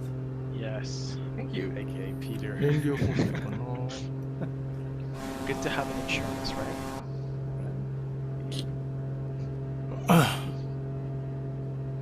Well, now a bunch of waypoints are coming our way. Yes, it's gonna get busy. It'll be busy. Yeah, But I mean, there's a lot we could see in Paris. I picked out, I think, 4 or 5 highlights. Obviously, the Eiffel Tower is one, the Arc de Triomphe. Because it is Bastille Day, it's no longer there, but the former site of the Bastille, which is now, there's a monument, a column, like a pillar, is there, and it's just like a traffic circle, and you can visit that as well. So we'll Something fly very over that. fun you can do is just get old maps from the late 1800s or the early 1900s of Paris. There's many that were made, obviously, for the Universal Exposition of 1889, but there's a bunch of them that are really neat, and you really get to see the old things, and then when they just kind of demolished them to make more space for other things, well, they kept the memorial. But if you ever get time, Also, look at that. I know I said this the last time we flew to Paris on the stream a few months ago, but my Parisian hot take is I prefer Sacré-Cœur to Notre Dame in terms of beautiful Parisian cathedrals. That's my hot take. Is I think Sacré-Cœur is the better cathedral. But also the view from there is nice. Did you get to see La Sainte-Chapelle, which is right next, very, very close to Notre Dame? I did not, actually. It's POI ですね。 obviously Paris is just full Point of of different interest. cathedrals and chapels, but this one is beautiful, and its purpose obviously was very similar to the cathedral, but in a much smaller form. It has basically 2 levels, and that thing is worth it. I know obviously Notre Dame, Sacré-Cœur, the other ones will take it, but if you're going there, you gotta take 3 days in Paris to do all these things, because like none can really be above the other. You just gotta see them all. It's so worth it. So, when I was in France, I spent most of my time sort of in the northwest of France, in Normandy and Brittany. I went to Mont-Saint-Michel and some other famous places there. Of course, you have to spend some time in Paris, though. So I was able to cram a lot, but not necessarily everything in. So I went to the Eiffel Tower, went up to the top, went to the Champs-Élysées, went to the Arc de Triomphe, went to the Musée d'Orsay, which, if anyone's not familiar with that, it's a famous art museum in Paris that has a special focus on like French Impressionist painters, most famously Claude Monet.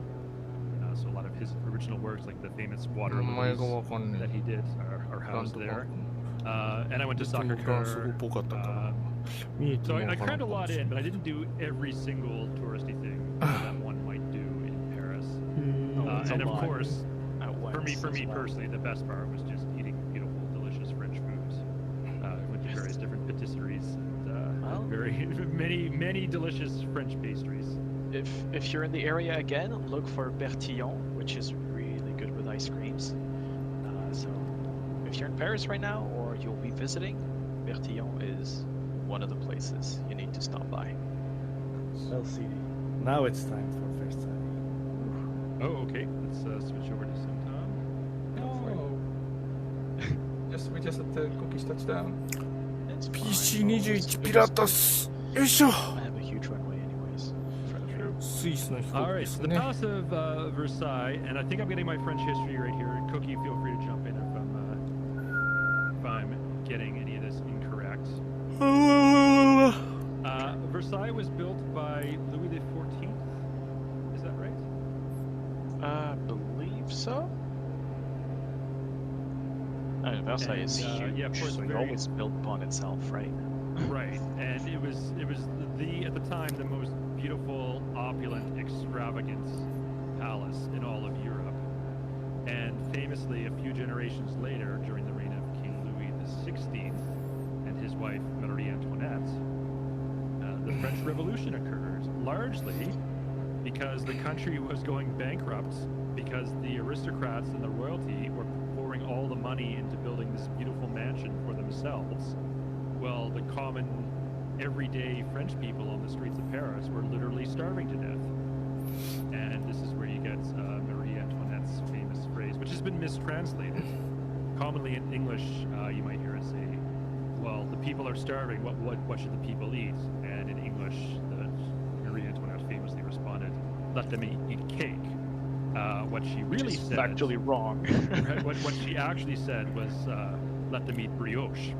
Brioche, if you're not aware, is a French type of bread, a very heavy, sweetened, I think it's made with a lot of like sugar, kind of like a dessert bread. So you can see why they would be mistranslated into cake. It's basically the same thing, right? Oh, come on. No. It's not cake. Every but I mean, person in the chat just cringed at Peter. yeah. I mean, the whole reason why this saying is famous because she was so detached from reality, she didn't even realize how poor the people were. Right. Yes. So like the everyday people on the street could not even, even in good times, could not even afford to eat brioche. That was a right. So translated to modern times, it's basically it translates a lot better if you say let them eat cake, because cake now is the same thing. It's really sweet. It's pretty expensive. No one would ever think of it as just eating it. またランドマークだ。 You're こ poor. んななんじゃい。 So I kind of get it why they say cake. I mean, yes, I know it's not the same. 例でも読めなさ It's そ very う。 sweet. Yeah. It's the same concept. まあ Basically. どうしろかの。 You got to remember also the historical context, right? There's been many plagues before, but also there's been some economic downturn. Specifically, like there was this whole thing with lines in Brazil, and there was a whole kind of collapse of certain sectors. And then France was actually kind of the biggest country in terms of population at that time in Europe, and that caused kind of an issue when you suddenly don't have anything to eat anymore. So it was like you couldn't get better than this in terms of lack of balance. It was really disastrous. So it's the a tipping point. surprise that the common people rose up and had a revolution against the royalty and aristocracy. Of course. Yeah. I mean, it's done the same. Not being royal. Now here's something I wish had caught on. There was a failed experiment during the French Revolution. A lot of things, the French Revolution is very influential and throughout all of world history, at least Western history anyways. And a lot of things that came out of the French Revolution have persisted to this day. Notably, the persistence of the metric system. This was considered a more enlightened, more logical, more reasoned way of units for weights and measures. But during the revolution in France, the leaders of the revolution also proposed that people switch to metric time. And this never caught on. People just could not adjust to it. That was a bridge too far. They could not adjust to metric time. But I think the concept of metric time is fascinating to me. So instead of having a 24-hour day, and each hour is 60 minutes, and each minute is 60 seconds, you would have a 20-hour day, 10 hours of AM, 10 hours of PM. Of course, the day itself is the same, like, raw length of time. You can't change the speed that the Earth rotates. But the way we measure calendars it would stay the same. Right, the way we measure it is differently. So instead of having a 24-hour day, we would have a 20-hour day divided into 10 hours of AM, 10 hours of PM. Each hour is 100 minutes, and each minute is 100 seconds. And that's so much more logical and easier to work with, and I wish that had caught on, but people just could not accept that. They could not make that adjustment. Because it just follows the metric logic. Yep. And so for several years, the French authorities and the revolution tried to adopt that as the standard for French timekeeping. Even calendars. There's been many times where they've tried to switch the calendars themselves with months and everything, and that failed miserably many times as well. Just caused too much confusion. In the end, what people were using is what sticked. So Yeah. Swatch also tried something with internet time. Beats, right? It's universal. Replied. It was a time zoneless internet time thingy, but it also that would be interesting. Seeing by the look of your face, you shouldn't even know it. Oh, I don't know about that. Oh, we're like obviously didn't catch on. Swatch Beats. But then the Linux method of counting kind of took over, didn't it? 楽しんどる。 Well, The there's... amount of nanoseconds after the Linux epoch. Yeah. Well, that's the Unix thing. This is anyone who doesn't know. This is the next big crisis in computer science. Yes. The 32-bit overflow. The 2035 or 2038 problem, something like that. I remember studying this in computer science. So people probably remember the Y2K problem, where in COBOL a lot of dates were stored as a 2-digit number. Yeah, it's Y2K all over again. Yeah, so in the operating system Unix, time is not measured as a date. Time is measured as the numbers that have, or the number of seconds that have elapsed since what's known as the epoch time. And the Unix epoch time is midnight, January 1st, 1970. Yeah, here we go. Peter's linked in the chat there, the year 2038 problem. And so what's going to happen in the year 2038, the number of bits that are used to store that number of seconds, 32 bits, we can no longer count high enough with that amount of data. It will have exceeded the maximum number of seconds that can be counted since midnight 1970. And yeah, it's like the Y2K problem all over again, but probably actually even more significant. And computer scientists have been aware of this for like 2 decades now and know that it's coming. And as far as I know, there's still not a great solution for it. The solution is to move everything to 64-bit, but every current system in existence which is currently running and won't be upgraded by the time will probably crash. Yeah, it's not going to be great. I mean, 32-bit is getting old, but when you're looking at some old infrastructure, and actually that's a lot of places around the world, you're still seeing very, very old stuff. 80s, 90s, like computers. Don't underestimate how much stuff is running on Linux, right? Practically the whole internet. Whoa, JJ's movie hole. I'm going to correct you hard here as someone who has a university degree in computer science. Yes. Everything okay. Everyone erroneously says, oh, Y2K was no big deal, nothing happened, everyone was panicking over nothing. No, absolutely not. The reason Y2K was no big deal is because computer scientists and electrical engineers and IT professionals spent literally hundreds of billions of US dollars and untold number of person hours of labor anticipating and fixing this problem and resolving it so it didn't become an issue. If they had done nothing, it would have been catastrophic. So yeah, that is sorry, as someone who is a legitimately trained computer scientist, I see this all the time, and it drives me crazy because Y2K would have been a catastrophe, but people took the concerns of the experts seriously and listened to them and invested the time and money and effort to prevent the catastrophe from happening.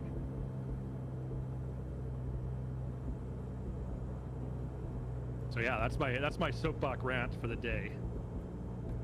The 2038 bug will probably be even bigger because a lot of stuff is running on Linux.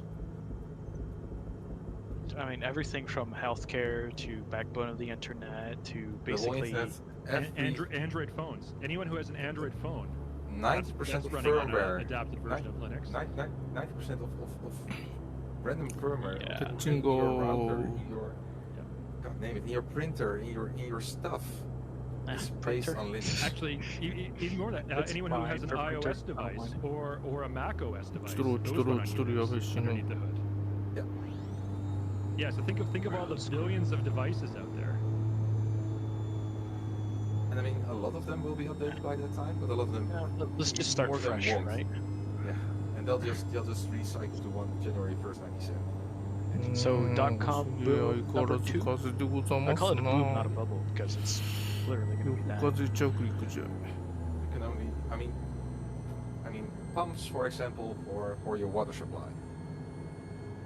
They do have controllers. Those controllers are firmware-based. Firmware probably based on Linux. There you go. And maybe nothing will happen. Maybe everything will happen.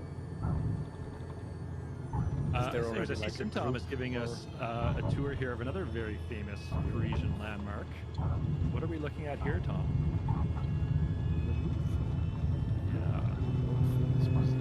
Probably the most famous art museum in the world. Has a painting. Just Painting with a small smile of someone. Yeah, it actually is legitimately a small painting. In fact, that's probably the #1 comment from tourists who go to see it is they're disappointed by how small and insignificant Mona Lisa is when you see it for real. Yeah. There's actually a construction crane at Notre Dame. Yes. Well, there has been pledges of rebuilding Notre Dame in time for the Olympics. I'm not sure if that's going to work though. あっちの自飛行じゃ。 They've been getting to it, yes. Wasn't and, the you know, original there was this plan whole to have it debate finished about in how 2 they years? should rebuild it, and you know, should we keep it or should we evolve it? Should we use what we like the original plans? Because like these monuments are so huge, they take hundreds of years to build, or in some cases they're still being built. So it's like there's this whole dilemma, and it's very unique for that exact reason. あっちの自飛行じゃ。 Yes. Time Quite familiar. is typical, right? Look at all those lights in the sunset and the weather. City of Lights. Yes. Now, Tom, you're just another. using the default Scenery Plus World Update 4. You don't have any payware Paris scenery, correct? I do not. Yeah, you kind of cut out their CD. No, we didn't. Check. Can you hear me, Cookie? Yeah, I can. Okay. Yeah, I hear you now. This is all default with the world updates. It's probably photogrammetry taking my bandwidth.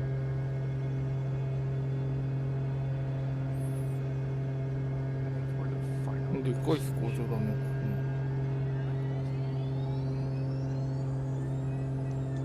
Yes, it's true. We're gonna go Sacré-Cœur, Stade de France, and then we're gonna Now, I am, of course, probably going to fail spectacularly. Oh, there's Sacré-Cœur, my favorite Parisian cathedral. I need to get a little bit closer still, but I am going to do a low pass down the Champs-Élysées and attempt, most likely unsuccessfully, and I'll fail miserably and embarrass myself in the stream. I'm going to attempt to fly underneath the Arc de Triomphe. But every year on Which Bastille is Day, actually huge. あ、この on 辺 the が Fête Nationale, the パリの Champs-Élysées 中 is 心 hosted 街では the ない world's でしょう largest か。 military わかん parade. ないけど。 And どこに向かって there's い also るん a じゃ。 flyover along the length of the Champs-Élysées by the Patrouille de France, which is the French Air Force's precision aerobatic team. いや、エッフェル塔ではない You でし probably ょう know か。 this, but one time actually someone flew under the Eiffel Tower. It was an American pilot. Well, in the victory parade was- following the end of World War I, I think it was a French pilot was part of the parade and was instructed to fly down the パリじゃ、あ length れ of が。 the Champs-Élysées, and the French pilot 花の disobeyed 都 orders パリじ to ゃ go。 underneath the Arc de Triomphe. Worth it. Yep. This Here, thing there's is even really video big of when it. you get close Yeah, to I it. remember it. There's a video from the cockpit of the guy flying under it. 建物の並びもなかなか不思議な。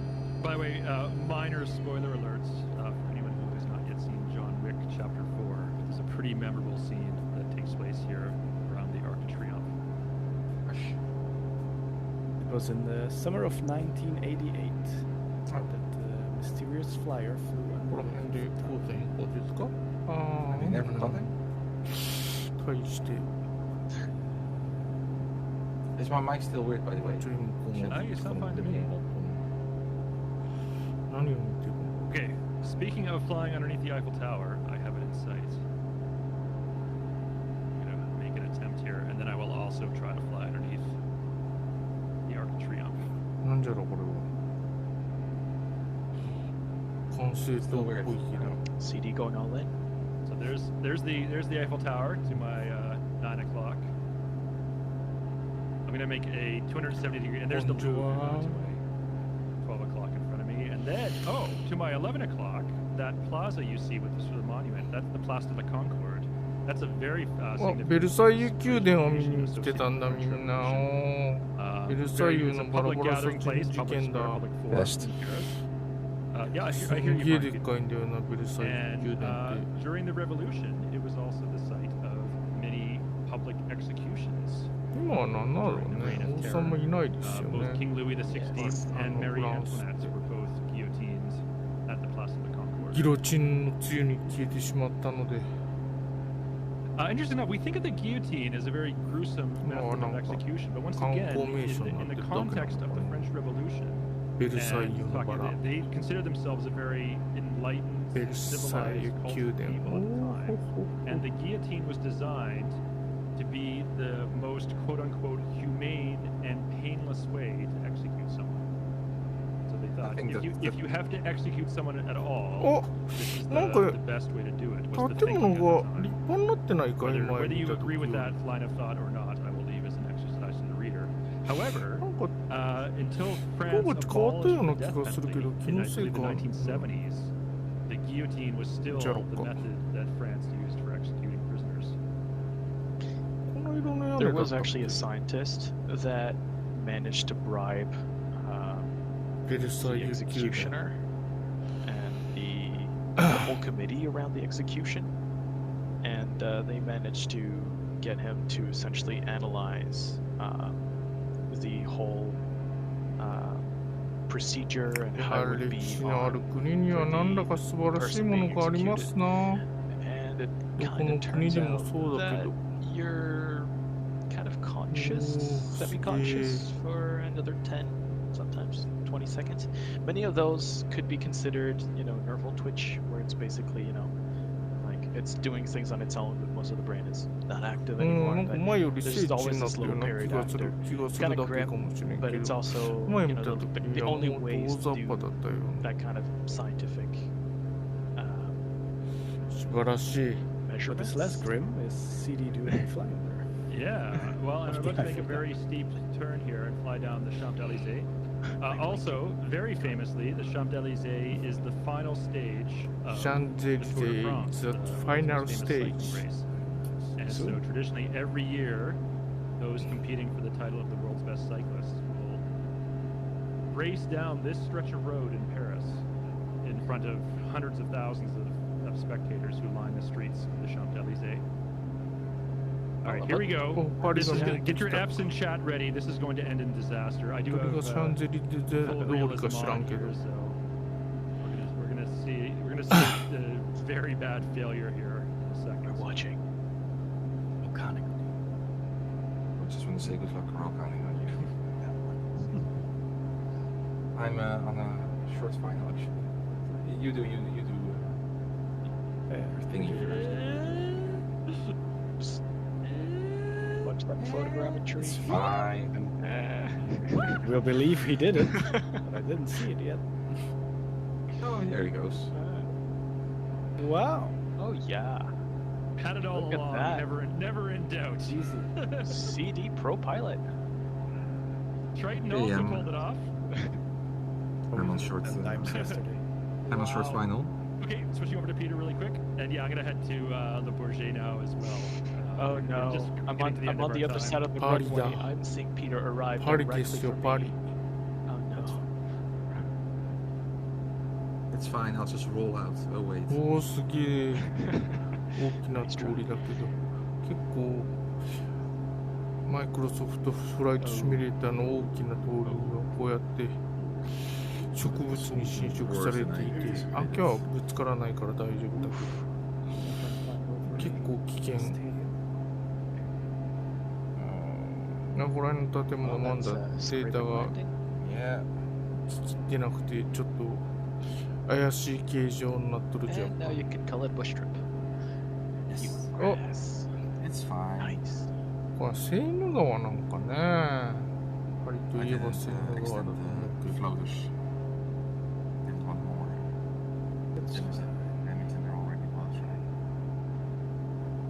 エッフェル I'll 塔 text it to you and see how bad it is. It moves. That would be やっ hilarious. ぱりエッフェル You 塔 know, 美 there し was い like の a big hole in the ground, following the path of where you were. 東京タワーやっぱちょっと細いんだよな。高いっつっても Yeah, frame rates are not.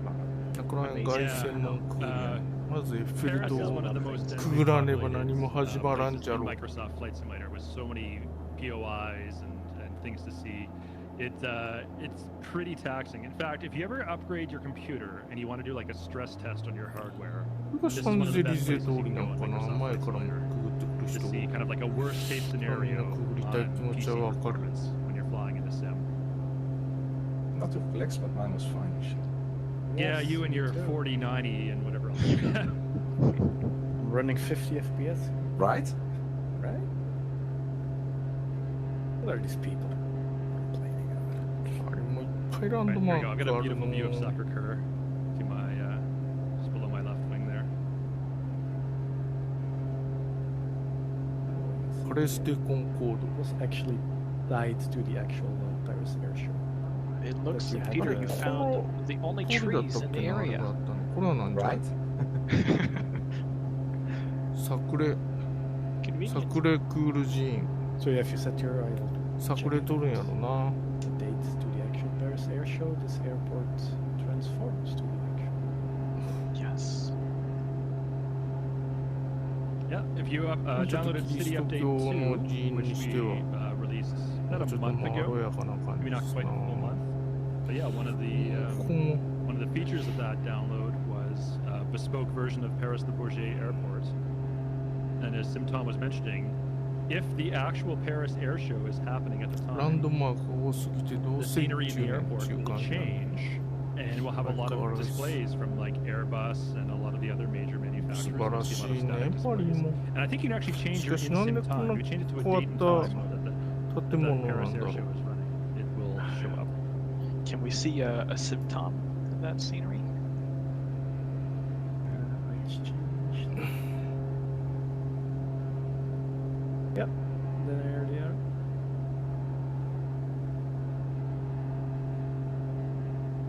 And those little paddocks, how do I call them? They actually look like that in real life. Because I think was there's lucky a- enough to be there this year. I think there's an A350 and an A380 on static display that you can see in Microsoft Flight じ Simulator. ゃあ住んでるノートルダム寺院ってやつかあれがじゃあ And there has to be ノ an ートルダム A380. の金のりがどうこうっていうのはここか Is that the European Space Agency Ariane rocket? It's the Ariane 5 in memoriam. Yes, it's finished its life. すげえ And Ariane 6 is still kind of being worked on, so they don't really have. Yeah. All right, really quickly, I've just I've turned on the final. We're going to see another terrible landing again because I'm awful at tail draggers. That's one thing that in this sim I really need to get practice and get better at landing a tail dragger. That's a skill I do not have yet. That's not easy. You got about 14 knots of wind, heading 189. That's right. I've actually heard from people who land like real pilots who fly real tail dragger aircraft that like ランドマ a ークが bounce or 多すぎ two る is fine. Like that's like considered これはなんじゃ landing a tail dragger, and you shouldn't feel bad if that happens. あこ I'm れ just は used to ル flying ーブル transport 美術 here, 館 where か I can もし get か a したらあの smooth, 有名なあ racing の butter landing every ガラスの time ピラミ you ッ do ド it み right. たいなのはこれはなんじゃなんか塔みたいなのがありますとあこれもなんか建物がありますと We're あれ all が carefully 凱旋門 watching. じゃな Yeah. No pressure, CD. No pressure. Sterile cockpit. Anyway, did I already told you? Yeah, you know, by tail dragger standards, that was okay. 少女 It 凱 was 旋門 okay. Wow. I love it. Sterile cockpit, and then you hear the stall horn. The Jane Stallhorn. Yeah. あーち All right, let's go back to Simtom and take a look at the Bourget, all done up for the Paris Air Show. Hold on.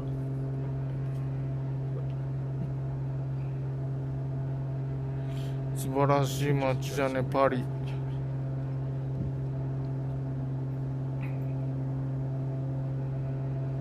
It was interesting to see all the companies like Airbus. で、アリアンロケットのある飛行場に降りるんだよね。It says on all the doors by invitation only. We're like, okay. We're not gonna be doing any deals here today. You're not gonna buy a plane now. And then you see those actually like military people in their whole uniform. And my colleague and me were just there like shorts. Like, it's ここにもなんか。But yeah, this place. Well, folks, this is going to bring us to the end of our Community Fly-In Friday for this week. To any French citizens in the chat, joyeux fête nationale. Andなんか四つにしとったら墜落しちゃった。For a stream very significant to Simtom, it's his country, しまった。 Belgium, their national holiday. なんか使い方が Community Fly-In Friday next week is わかん going な to くな be って in 困っと Belgium, った。 and Simtom's going to have 墜落 lots し of て great しまったぜ。 Belgian trivia and facts. Well, I will have none. you Except will that have our, all the facts. yeah, except that our fries are better, but other than that. You're not It invited starts next already. week. We're a week out and it's already beginning. All right, well, let's go around the panel and say our goodbyes. Starting with Flying Cookie, our French native who's in the chat today. Any final thoughts for Bastille Day? Well, it's been a lot of fun. Thanks, guys. If you ever get go to France, there's too many things, too many places to visit. But just enjoy whatever you can, and joyeux 14 juillet. All right, Simtom, over to you. Well, this is just very fitting which aircraft is taxiing on the Charles de ground. Gaulle. Ooh, the Concorde, yeah. Is it an Air France livery? Yes, it is. Beautiful. Well, just like always, have a great weekend. We'll see each other next week. All right, and Peter. Yeah, not much yet. Have a great weekend. See you next week. We'll see who's best then. All right. Final word to me then. Chat, thank you so much for joining us. To everyone who flew along with us today, we're so glad to have you in the air with us. And for everyone who is just watching the stream and not flying, thank you for spending part of your Friday, or depending where you are in the world, possibly Saturday for you as well. Always appreciate the great turnout we get on every one of these events. So we'll see you same time, same place next week for the Belgian National Day edition of Community Fly-In Friday. And if you missed the earlier announcement, we also have some pre-recorded dev videos to share with you because there's a lot of people taking holidays in July from the dev team. We're not going to do a live stream with the developers in July, but they have taken some time out of their busy days to do some pre-recorded video, which we'll be showing you next week during Community Fly-In Friday. So thanks again, everyone. We'll see you next time. Signing off. Goodbye. Bye-bye. ありがとうございました。お疲れ様でした。おお、そうか、こんなところにあったような気がするな。じゃあ降りるか。は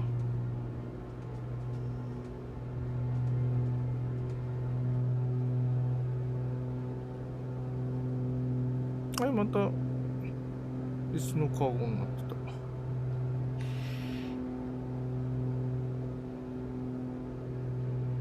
今どっちから向こうから風が吹いているが、そんなに横風ではない。了解。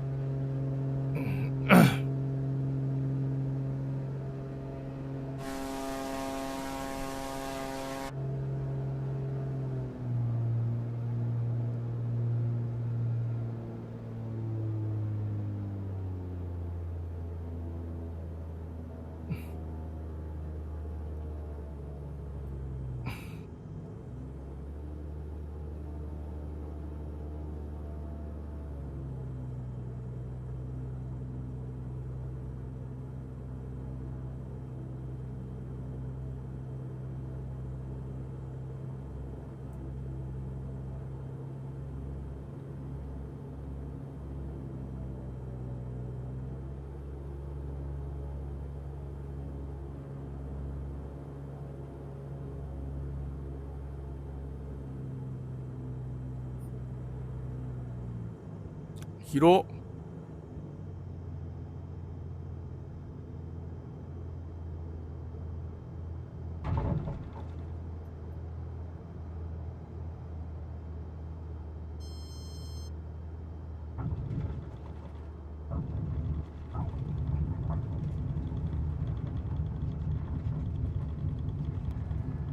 お